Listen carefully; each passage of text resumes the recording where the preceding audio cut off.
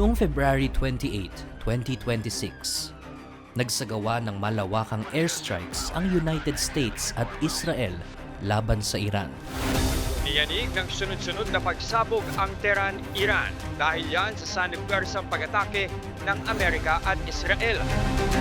Na nagpasimula ng isang malawakang labanan sa rehiyon. Military missile strikes and killed 12 Israelis and thousands have been reported injured. Habang tumitindi ang digmaan, libo-libo na ang naapektuhan at patuloy ang banta ng mas malawak na pandaigdigang krisis. Global oil prices surged and 40 civilian has been killed. Sa panahong ang mundo ay nababalot ng kaguluhan at digmaan, maraming nagtatanong, ito na ba ang katuparan ng mga hula sa Biblia?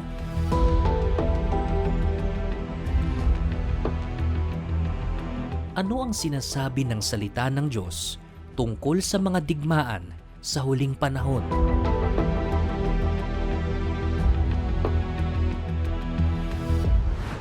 And joining me today in this special episode of Oras ng Katotohanan are two friends of mine, Christian gentlemen and co-workers of mine in the PMCC Fort Watch. The first one is a face that is familiar to all of you, and he's none other than our co-pastor and attorney, Pastor Benji Siko.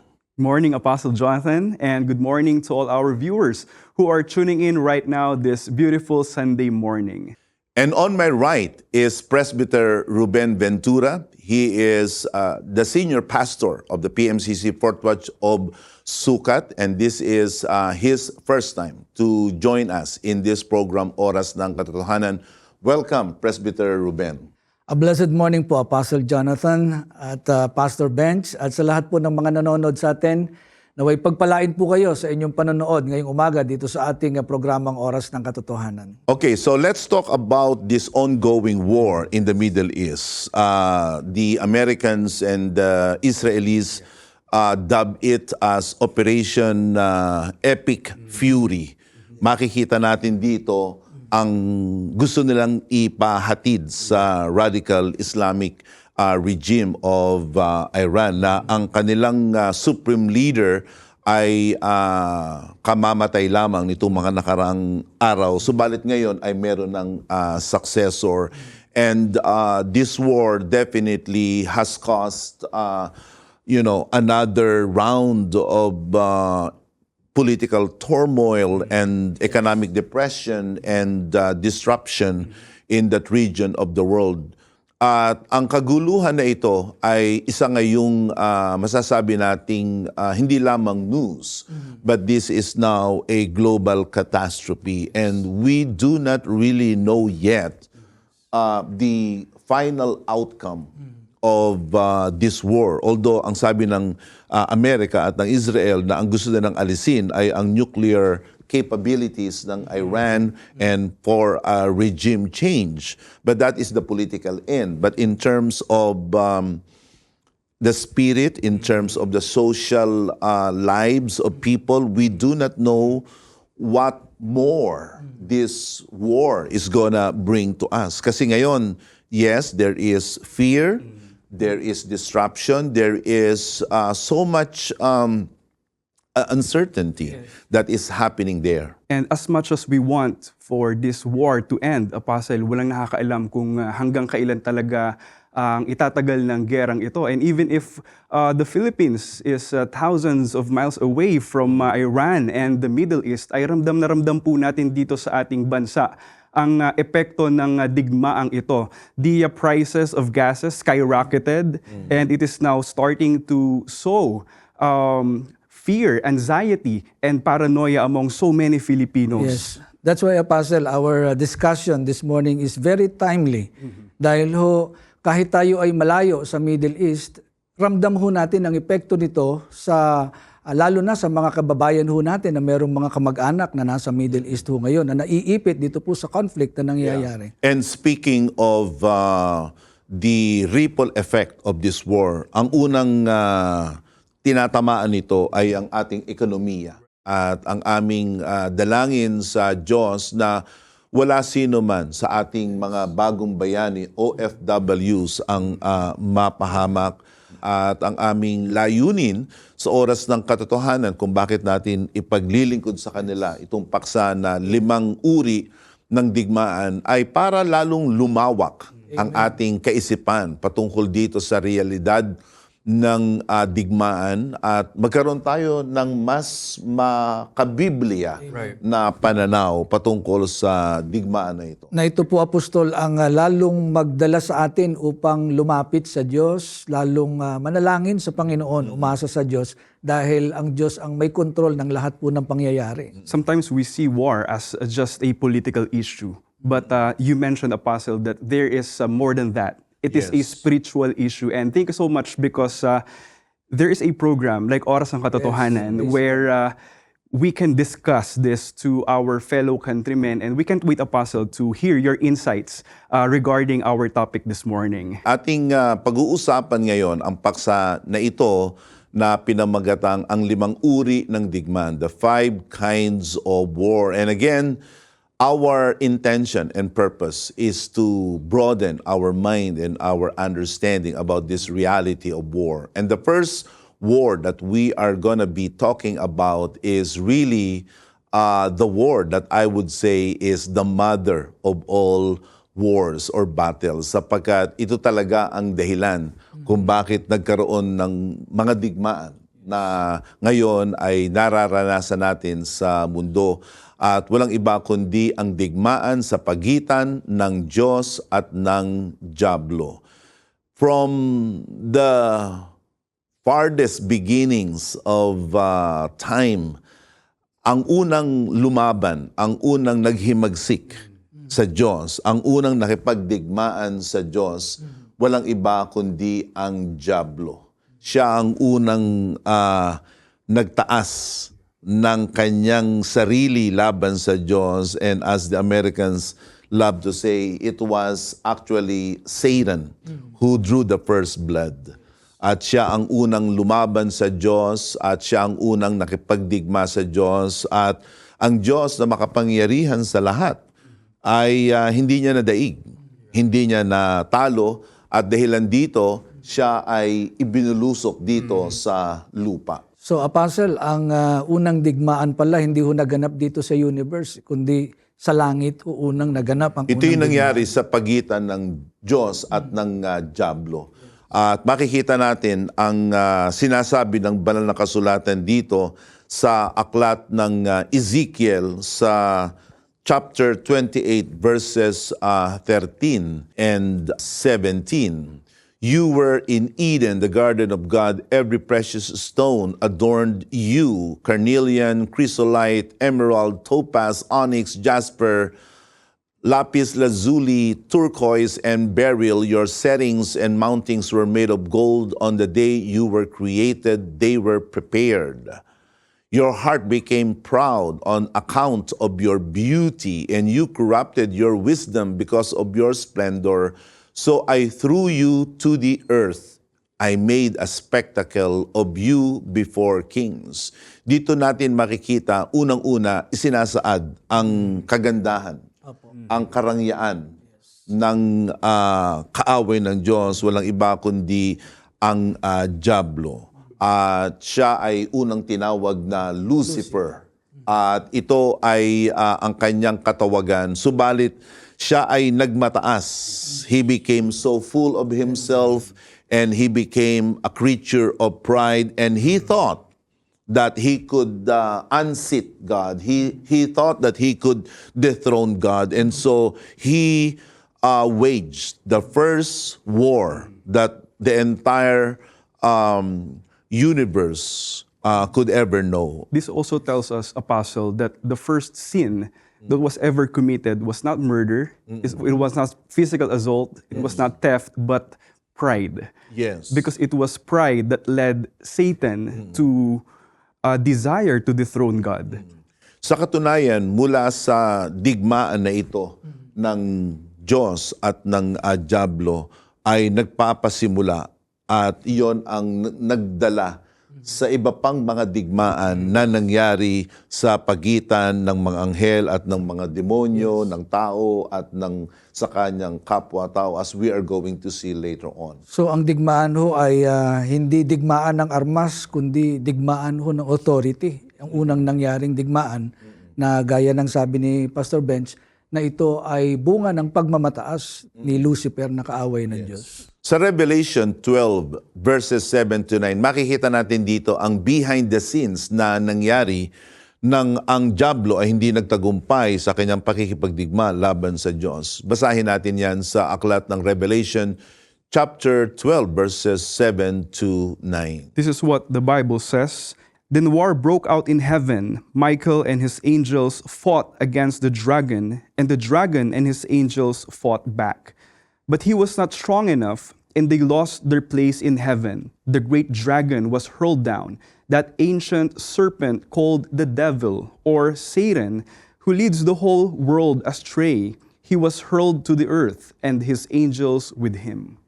So we can see na si Archangel Michael ang nanguna sa depensa sa langit at sa panig ng Diyos, at sinasabi ng banal na kasulatan na hindi malakas ang puwersa ng diablo at ng kanyang mga anghel, at dahilan dito sila ay ibinulusok, itinapon dito sa ating mundo, at dito ngayon sila ay namamalagi at dito sila hahanap ng isa pang pagkakataon na muling makipagdigma at makipaggera sa puwersa ng katwiran at ng Diyos. We can also see from the verse, Apostle Jonathan, that it was not only Satan who tried to rebel against God, sapagkat meron ding mga anghel Yes. na sumubok na lumaban sa otoridad ng Diyos. Sila yung tinutukoy actually sa aklat ng Judas na hindi nila iningatan ang kanilang mga lugar sa langit. They did not keep their places and their position in heaven. We can read that here. In Jude 6, it says, "And the angels who did not keep their positions of authority but abandoned their proper dwelling, these he has kept in darkness, bound with everlasting chains for judgment on the great day." Kaya merong mga anghel na hindi nila pinanindigan yung kanilang posisyon sa langit. Rather, they were deceived by Satan, and as a result, they ended up joining the first ever heavenly mutiny against the authority of God.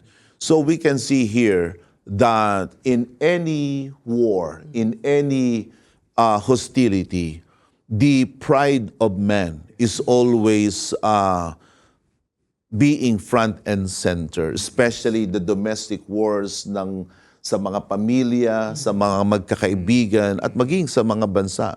Yung hinahanap ang kanilang sarili at hinahanap ang kanilang sariling kapakanan, ito karaniwan ang pinagmumula ng mga digmaan. Ibig sabihin, Apostle, the first war was between God and his enemy, the devil. But we cannot help but wonder, hanggang kailan po kaya matatapos itong giyerang ito sa pagitan ng Diyos at ng kanyang kaaway na diablo? Mayroong mabuting balita. Ang mabuting balita ay ang digmaan na ito ay matatapos din, at ito'y madaling matatapos, at ito ay matatapos na ang Diyos na makapangyarihan sa lahat ang lilitaw na mapagtagumpay, at siya ang magwawagi sa kahuli-hulihan. This is what we can say about this war, because it's already been decreed in the will of God, and it is already decreed in the Word of God that this war between God and the devil will be concluded according to the terms of God, and God will be the one to set the terms for His triumph. And we can read that in the book of Revelation in chapter 20 in verse, let's begin reading in verse 7 to verse 10.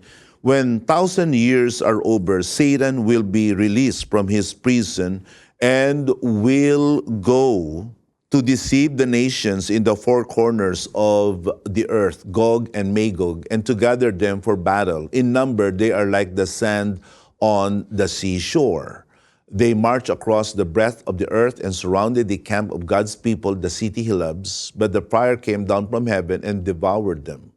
And the devil who deceived them was thrown into the lake of burning sulfur, where the beasts and the false prophet had been thrown, and they will be tormented day and night forever and ever. So makikita natin dito ang lethal blow that Satan will receive from the righteous Almighty God during the period of the millennial reign, which means 1,000-year literal reign of Christ and the saints here on earth. Satan will be imprisoned for that particular time period, but eventually he will be released temporarily for the wars of Gog and Magog. But this is, again, a different topic for a different time.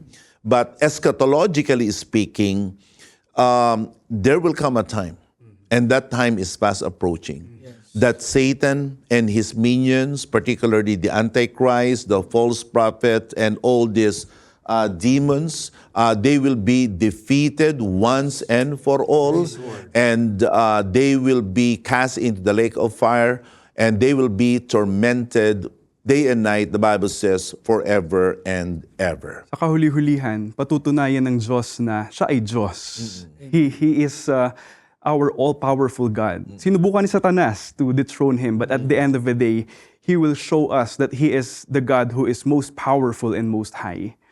And the second war that we are going to be talking about is the war of angels and demons. The war of angels and demons. Demons are actually fallen angels. They are the evil spirits that roam the earth, and they are the ones that are really causing so much trouble and torment in our world today. They are unseen, they are invisible, yet they are real and they are powerful. At sila mismo, ang mga anghel ng Diyos, na masasabi natin ay matino at matuwid, sila ngayon ang nakikipaglaban dito sa mga fallen angels na ngayon ay naririto sa lupa. Kasi ang mga maayos na mga anghel, sila ay kakampi natin eh. They are ministering spirits, the Bible says, that are sent in order to care for us. We can actually read that in the book of Hebrews, wherein it says there that angels are actually ministering spirits sent by God to those who will inherit salvation. In the book of Hebrews 1:14, we can read this: Are not all angels ministering spirits sent to serve those who will inherit salvation? So there are angels that are good, and there are angels that have gone rogue. They have gone bad. And those are the ones that are now the demon spirits, and they are the ones that are doing the bidding on Satan's behalf. But there are also good angels. At ito ang mga anghel na gumagawa ng kalooban ng Diyos. Ito ang mga sinugo ng Diyos para tayo'y alagaan. At ito rin ang dumating sa panig ng Panginoong Jesus. At sa Biblia po, Apostle, meron pong natala na may pagkakataon na nagkaroon ho ng confrontation itong good angel at yung evil angel. Makikita po natin yan dito po sa Daniel chapter 10 verses 12 to 13. It says here, Then he continued, Do not be afraid, Daniel, since the first day that you set your mind to gain understanding and to humble yourself before your God, your words were heard, and I have come in response to them. But the prince of the Persian kingdom resisted me 21 days. Then Michael, one of the chief princes, came to help me because I was detained there with the king of Persia. It is widely believed that the prince of Persia or the king of Persia represents actually a very evil angel, a very demonic spirit that came in order to thwart the plan of God to happen in the life of Daniel, especially when he asked the Lord. But thank God, the archangel Michael was able to overcome and to defeat this demonic spirit. Amen. Ito po, Apostol, ay nagpapakita lamang na may mga spiritual forces na nakaka-impluensya ng mga kaharian o maging ng mga bansa. It's true that there are really regimes that are hell-bent, sabi nga nila, na talagang ang kanilang pananaw patungkol sa ibang pamahalaan, ang kanilang damdamin patungkol sa ibang pamahalaan at sa ibang gobyerno at sa ibang mga bansa ay talaga namang masasabi nating napaka-masama. And these evil spirits and demonic spirits, they could influence men in order to carry out wars that only seek to destroy the lives of other people for no really reasonable reason. Speaking of that, Apostle, I remember what the Apostle Paul said to Timothy in 1 Timothy chapter 4 verse 1, that there are deceiving spirits. Merong mga espiritu na nandadaya sa mga tao. So while there is an ongoing conflict in our time today, there's also an ongoing conflict between demons and angels. These are forces that were being sent by the enemy to deceive us, but by the grace of God, ang Diyos ay nagpapadala rin ng kanyang mga anghel to protect God's people. You were about to say? Yeah, ibig sabihin ho, Apostol, hindi ho lahat ng nangyayari sa mundo ay purely political. Minsan po merong mga, kung tawagin ay spiritual forces behind world events.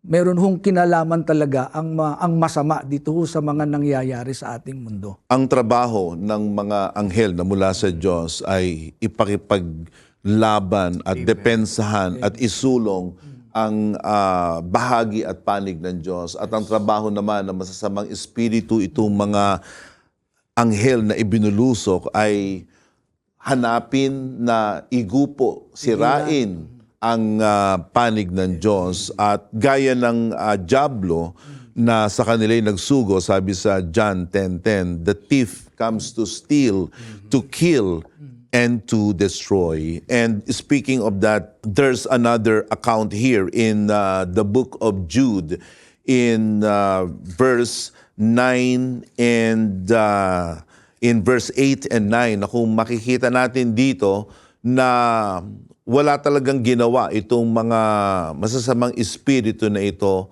kundi magnakaw at pagsamantalahan ang bahagi ng Diyos. In Jude verses 8 and 9, in the very same way, on the strength of their dreams, these ungodly people pollute their own bodies, reject authority, heap abuse on celestial beings. But even the archangel Michael, when he was disputing with the devil about the body of Moses, did not himself dare to condemn him for slander, but said, "The Lord rebuke you."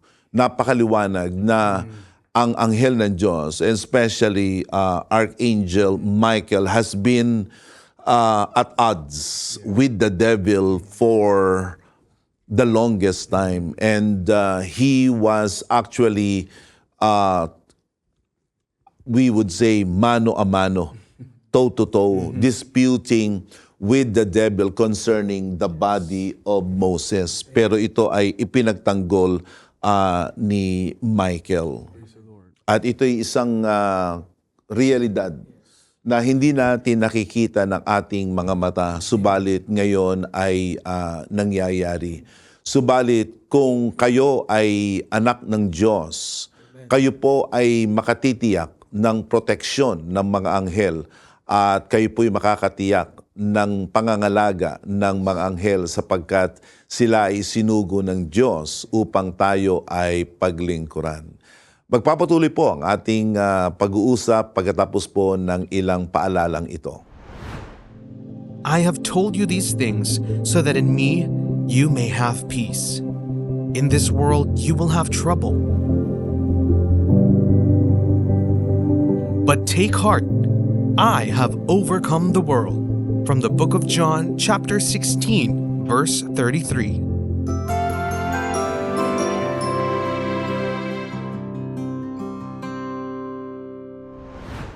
At ngayon po ay nagbabalik ang oras ng katotohanan with Apostle Jonathan. At ngayon po ay aking kasama si Pastor Benjamin at si Pastor Ruben sa ating pagtatalakay patungkol sa paksa na ito na ang 5 uri ng digmaan. And so far, we have already covered 2 types of war.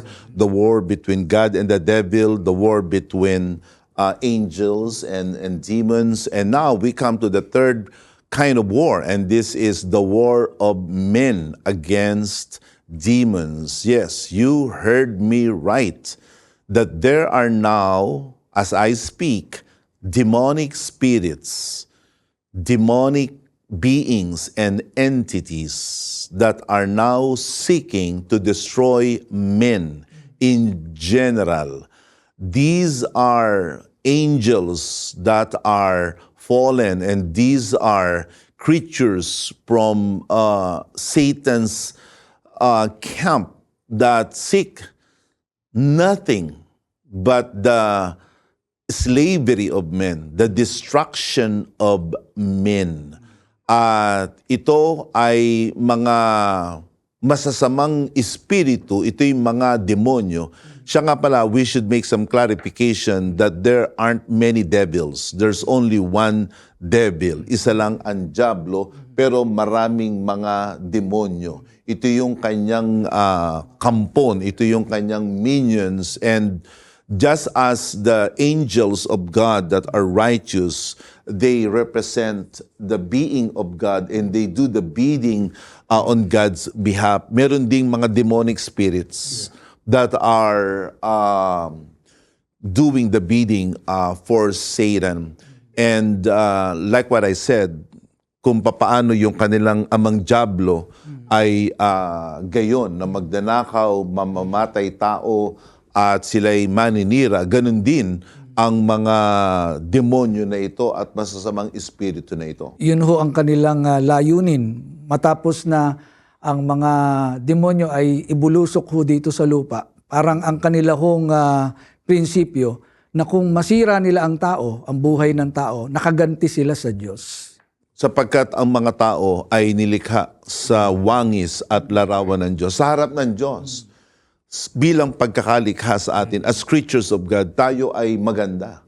Nasa atin ang wangis ng Diyos. Nasa atin ang larawan ng Diyos. We have the Imago Dei, as the medieval saints would like to say. They cannot destroy and defeat God. So what they try to do is to destroy what God loves, and that is us, humans.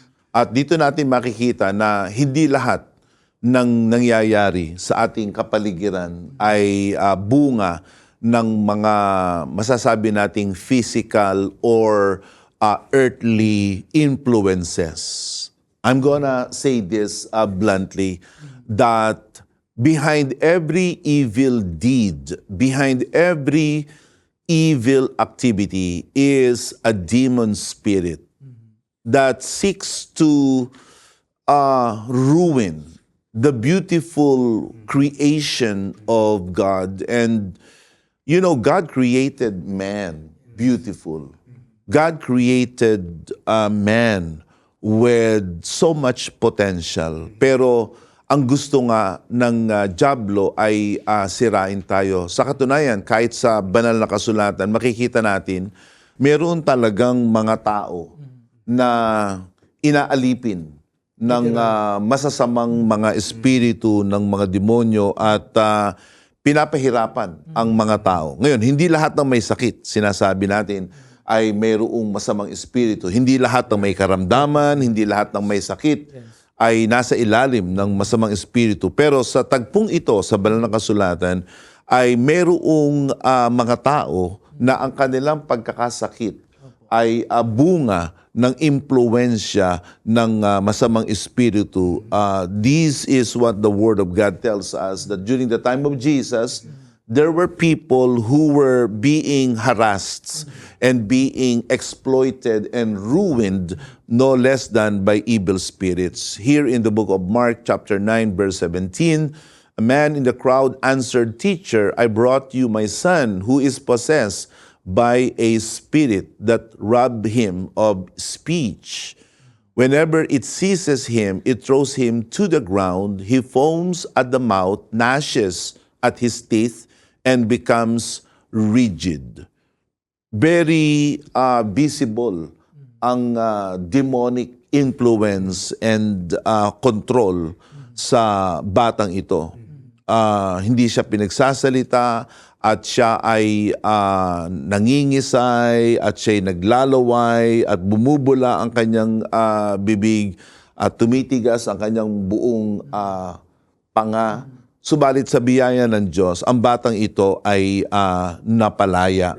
At yan ang isang tagpo na kung saan makikita natin na may kakanyahan ang mga evil spirits na ang tao ay alipinin, na ang tao ay paglaruan, for a lack of a better word. Dito natin makikita na mayroong isang lalaki na inaalihan ng maraming mga demonyo at ang kanyang pakilala sa kanyang sarili ay legion, na nagpapakita na sila nga ay marami. Pero dahil sa otoridad at kapangyarihan ng Panginoong Hesukristo, napalaya ang umaalipin sa taong ito. Yes. Dito natin makikita ang gravity ng demonic influence and oppression on people. Isipin mo, hindi lang isa, hindi lang dalawa, kundi sila'y legion. Sila'y napakaraming mga masasamang espiritu na talagang ang taong ito ay kanilang inalipin at sinaraula. Pero purihin ang Panginoon sapagkat ang Diyos ay laging mapagtagumpay. Kaya pinalaya siya ng ating Panginoong Jesus. At ang kapangyarihan na magpalaya ng mga tao mula sa pagkaalipin ng masasamang espiritu ay ibinahagi din at ibinigay sa mga tunay na mangangaral at tunay na mga sugo ng Diyos. Ito'y ating makikita sa aklat ng Lucas sa kapitulo 10. Sa talatang 18 hanggang 20 in the book of Luke in chapter 10 verses 17 to 20. The 72 returned with joy and said, "Lord, even the demons submit to us in your name." He replied, "I saw Satan fall like lightning from heaven." Makikita natin dito na hindi mahirap sa Panginoon na daigin si Satanas at ang mga demonyo sapagkat napag-aralan nga natin kanina sa unang uri ng digmaan, tinalo na, dinaig na at nagapi na ng Diyos ang dyablo at ang kanyang mga kampon. At ang kapangyarihan na yan ay ibinigay sa mga tunay na sugo ng Diyos. Kaya sa ating pagpapatuloy ng pagbasa, ang sabi, "I have given you authority to trample on snakes, scorpions, to overcome all the power of the enemy. Nothing will harm you. Do not rejoice that the spirits submit to you, but rejoice that your names are written in heaven." Praise the Lord. Kumbaga, makikita natin dito that the main prize of the sent ones of God, the main source of our joy and happiness and triumph is none other than our names being written in the Lamb's Book of Life. But there is a bonus. Kung meron mang mga masasamang espiritu ang mag-attempt na sirain ang buhay ng mga tao, ay ang mga sugo ng Diyos ay may buong kapangyarihan mula sa Diyos at ng langit na ang mga masasamang espiritu ay mapalaya. Purihin ang ating Panginoon. And now let's talk about the fourth type of war, and this is the war of the saints against demons. Yung War 3, we talk about the war of demons against ordinary people. But demons have a favorite target, and that's none other than the saints. Yes, evil spirits love to target us, and we are always at the crosshairs of demons. And we can see that in the book of Ephesians in chapter 6 in verse 12. This is what the Word of God says. "Our struggle is not against flesh and blood, but against the rulers, against the authorities, against the powers of this dark world, and against the spiritual forces of evil in the heavenly realms. So, maliwanag na meron talaga tayong hindi lang kalaban, sapagkat ang diablo ay ating kalaban. At subalit may mga kalaban tayo. Nabanggit niyo po, Apostle, na ang mga saints ay favorite target ng kaaway dahil sa ang church ay nagre-represent ng kaharian ng Diyos. Yes. At ang ibig ng kaaway na ang kaharian ng Diyos ay sirain. May isang tagpo sa Biblia kung saan sinabi ng Panginoong Hesukristo kay Simon Pedro, hinihingi ka ni Satanas upang ikaw ay ligligin na gaya ng trigo. But we always have this confidence because the Word of God says that the gates of hell shall not prevail over His church. Minsan ho, Apostle, nabanggit ninyo na ang church ay embassy ng Diyos dito po sa lupa.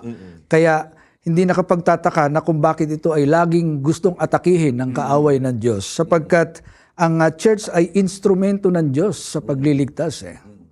At dito natin dapat maunawaan na lahat ng opposition, lahat ng persecution na kinakaharap ng isang tunay na Kristiyano, lahat ng ito ay demonically inspired and they are demonically enabled sapagkat yun nga ang trabaho ng masasamang espiritu na pakilusin ang mga taong masasama para pasamain ang mga tunay na anak ng Diyos at ng mga banal. At ito'y makikita natin na hindi lamang laban sa mga mananampalataya, kundi gaya ito ng pagbubulag din sa isip ng mga tao. Sinasabi sa 2 Corinthians 4:4, the God of this age has blinded the minds of the unbelievers. At merong mga tao talaga na lumalaban sa gawain ng Panginoon, pinapasama ang gawain ng Panginoon, hindi dahil sa hindi lamang nila nauunawaan,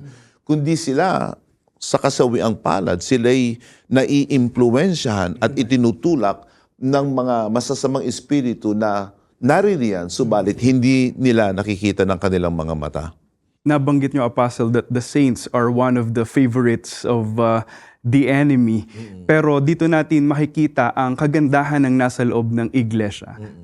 I remember one of your messages, you said that the church is a safe place. Yes. Wala nang ibang lugar pa where we can be protected from the attacks of the enemy other than the church of our Lord Jesus Christ. Kaya hindi po tayo, Apostol, dapat matakot dahil safe tayo sa church. Praise the Lord. At meron tayong pananampalataya na magiging kasangkapan upang labanan ang kaaway ng Diyos. Not only we are guaranteed of protection and safety as we remain members of God's true church, but in God's true church, God has also given us the ways and means to overcome the work of Satan and the devil and his minions.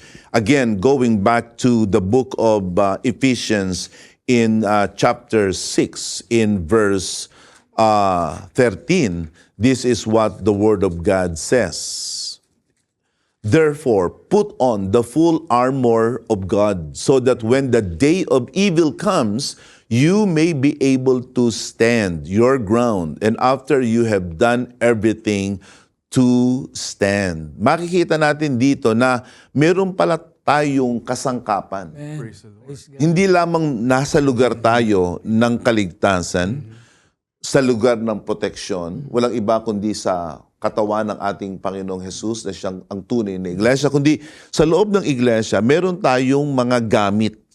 Meron tayong mga kasangkapang pangdigma na kung saan ito'y maggagarantiya ng ating katagumpayan at pagwawagi laban sa diablo. There's also a beautiful passage we can read in the book of Revelations, chapter 12, verse 11, and we're going to be reading it from the New International Version. They triumph over him by the blood of the Lamb and by the word of their testimony. They did not love their lives so much as to shrink from death. Dito po natin makikita na sa ating Panginoong Hesukristo mayroong laging pagtatagumpay. Amen. At nakikita natin dyan sa talatang yan ang paraan para manatili tayong matagumpay. Ang sabi dyan, by the blood of the Lamb. That refers to the saving work of Jesus Christ when He became a man, suffered and died and rose again from death and gave us the victory over sin. Pangalawa, the word of their testimony. There is triumph. There is victory when you keep speaking the Word of God. Kanina sa book of Ephesians, chapter 6, the Word of God is the sword of the Spirit. And the gospel of Jesus Christ, the Bible says, is the power of God unto salvation. So when a believer keeps on speaking about the Word of God, when a believer keeps on proclaiming the true gospel of the Lord Jesus Christ, he is guaranteed of triumph and success over the enemy when he keeps his salvation. Kasi dapat ingatan ang kaligtasan eh. Hindi dapat ito pinababayaan at hindi dapat ito hinahayaang mawala, kundi dapat ito ay ingatan. At pangatlo, ang sabi, they did not love their lives so much as to shrink from death. This is one powerful reason for the believers to overcome the work of Satan. You see, Presbyter, Satan uses fear in order to intimidate believers. Diyan magaling si Satanas at ang mga demonyo. Sisindakin ka, tatakutin ka. Pero kung ikaw ay nasa Diyos, hindi ka masisindak, hindi ka matatakot. At kailangan mo lang panindigan ang pagkatawag ng Diyos sa atin. I'd like to also add in book of 1 John chapter 4 verse 4 wherein it says there, greater is He who is in you than he who is in the world. Let us remind ourselves, saints, that the Christian faith is meant to be fought from the vantage point of Christ's victory at the cross for us. We are not trying to win a war. Rather, we are just trying to continue the winning streak, the war that has already been won by Jesus Christ at the cross. Kaya ang sabi sa Romans 8:37, we are more than conquerors through Him who loved us. And so, for all of us who are saints and members of God's true church, we have now the guarantee and the assurance that the world cannot defeat us and overcome us, especially if we remain true to our calling. And before we proceed to the last kind of war, let us have these special reminders.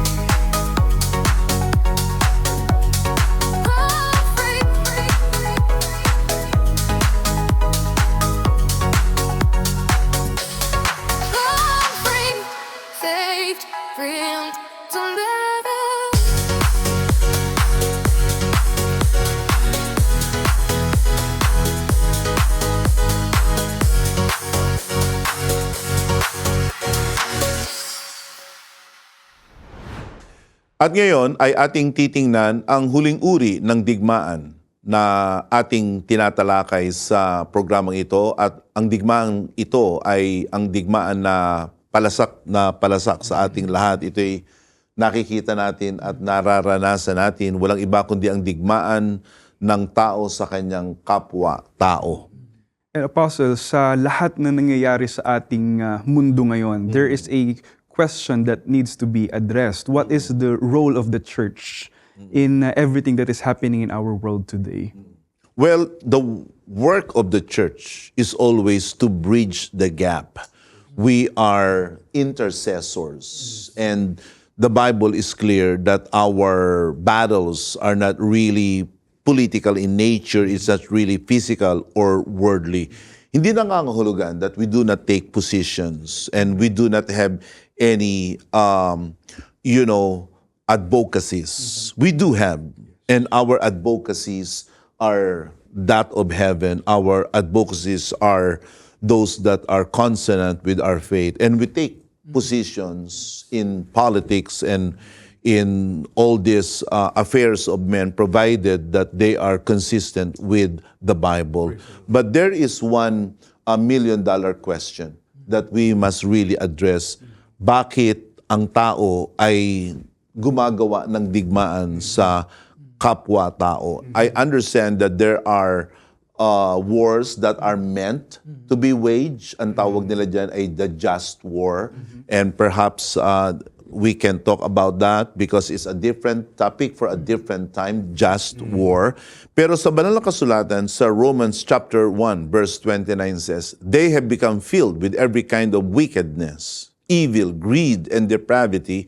They are full of envy, murder, strife, deceit, and malice." The strife here is another way of saying war or hostilities or animosities. At ito'y dahilan sa ginawa ng tao na kanilang kinalimutan ng Diyos, tinalikuran ng Diyos, at nilabanan pa ang Diyos. And so, because they refused the authority of God and they rejected the power of God over them, God gave them over to fulfill their lusts and their desires, particularly their pride, at bunga nito, nagkaroon ng mga digmaan, just like what that verse is saying. So, Apostle, sinasabi po ninyo na sa madaling salita, ang digmaan ng mga bansa ay nagsimula hindi ho talaga sa gaya ng nakikita natin ngayon, kundi nagsimula sa loob ng puso ng tao.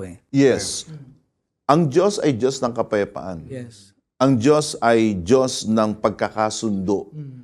Kapag ka ang tao ay umalis sa Diyos, tanggihan ng Diyos, at siya ay tumalikod sa Diyos, binubuksan niya ang sarili niya sa iba't ibang uri ng pakikipag-away. Kaya ang tao na wala sa Diyos ay hindi mapayapa. Ang tao na wala sa Diyos ay mayroong laging giyera sa loob niya. At marahil ito'y karanasan ng sino man sa inyo, because this is actually a reality that people, because of our sins, we have become conflicted.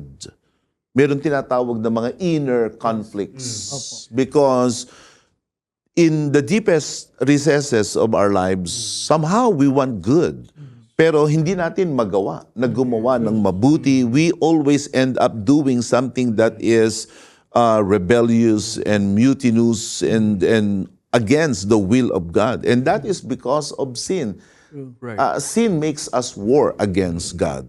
And wars really are not really, for the benefit of men. Wars are always for destruction. But then again, may mga giyera na dapat gawin. At yun ang ginagawa ng Diyos laban sa masama. We can learn from what Apostle Paul wrote to Timothy. Kanyang sinabi in 1 Timothy chapter 3, verse 3, "Not given to drunkenness, not violent, but gentle, not quarrelsome, not a lover of money." So kung may mga tao na sa kanilang puso ay naghahasik sila ng kaguluhan, sinasabi ni Apostol Pablo that these are the very characteristics that we must possess as people who love God. Yes, we must reject violence. We must not adopt a lifestyle of aggression, but we must be gentle. Being gentle doesn't mean being soft, Right. or not having a backbone, or having a doormat personality. But gentleness is your ability to be sensitive to the needs of those around you and being able to respond to them. At walang lugar para sa ugali na yung tinatawag nilang abrasive, yung parang magaspang at laging mahilig sa away. At ito ay isang katotohanan na dapat nating maunawaan. But the wars of men, again, let's end this program in a positive note, that the wars of men will eventually be concluded to a time of peace when God and His Praise Son God. Jesus reigns over us. I'd like to read that in the book of Isaiah in chapter 2 in verse 4. This is what the Word of God says. He will judge between the nations and will settle disputes for many peoples. They will beat their swords into plowshares and their spears into pruning hooks. Nation will not take up sword against nation, nor will they train for war anymore. God.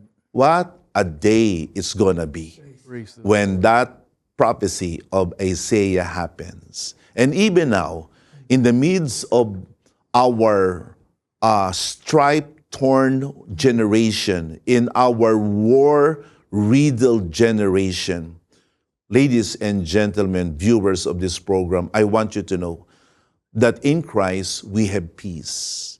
We can find peace and we can find serenity.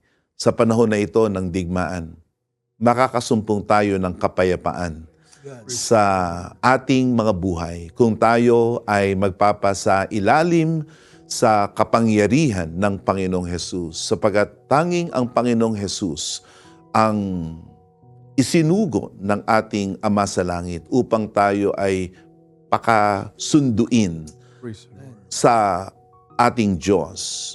It was Jesus, the Christ, who was sent by the Father in order to reconcile us with Him.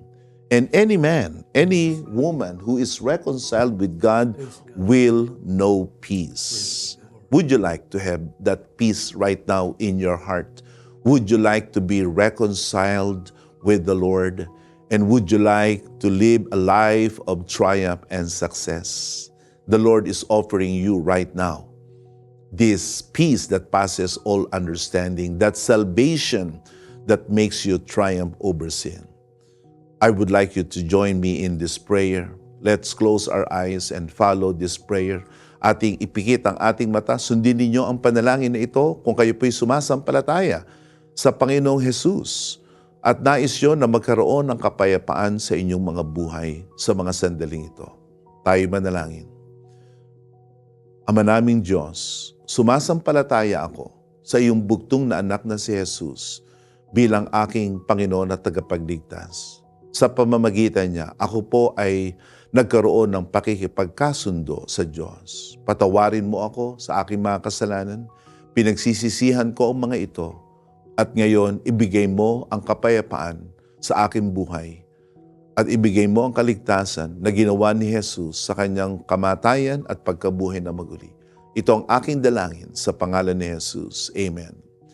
Praise the Lord. We hope and pray that you have been blessed and enlightened by the program Oras ng Katotohanan with Apostle Jonathan S. Ferriol. At ilang araw na lamang po ay gaganapin na ang pinakamalaking krusada ng PMCC Fourth Watch, ang Home Free Global Crusade in Marikina. Ito po ay gaganapin sa April 3, 5 p.m. in Marikina Sports Center. So if you are someone who lives in Marikina or in neighboring cities in Metro Manila, you are welcome to join our crusade. You may invite your friends, invite your family members, invite your workmates, because the best part of this program, admission is free. And we'd also like to invite you, visit our social media platforms. Makikita nyo po ang PMCC Fourth Watch sa Facebook, YouTube, Instagram, and now even on Threads and TikTok.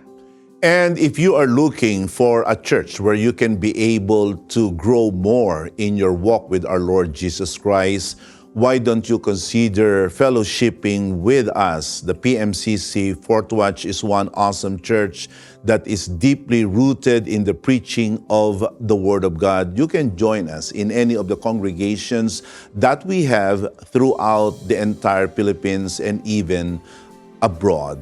So once again, thank you so much for joining us today. And thank you also, Presbyter Ruben, for joining us. Thank you also, Bench, for joining us. So please do consider our invitations.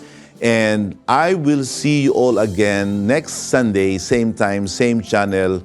Once again, the Lord bless you all. Thanks for watching. Subscribe for more exclusive videos.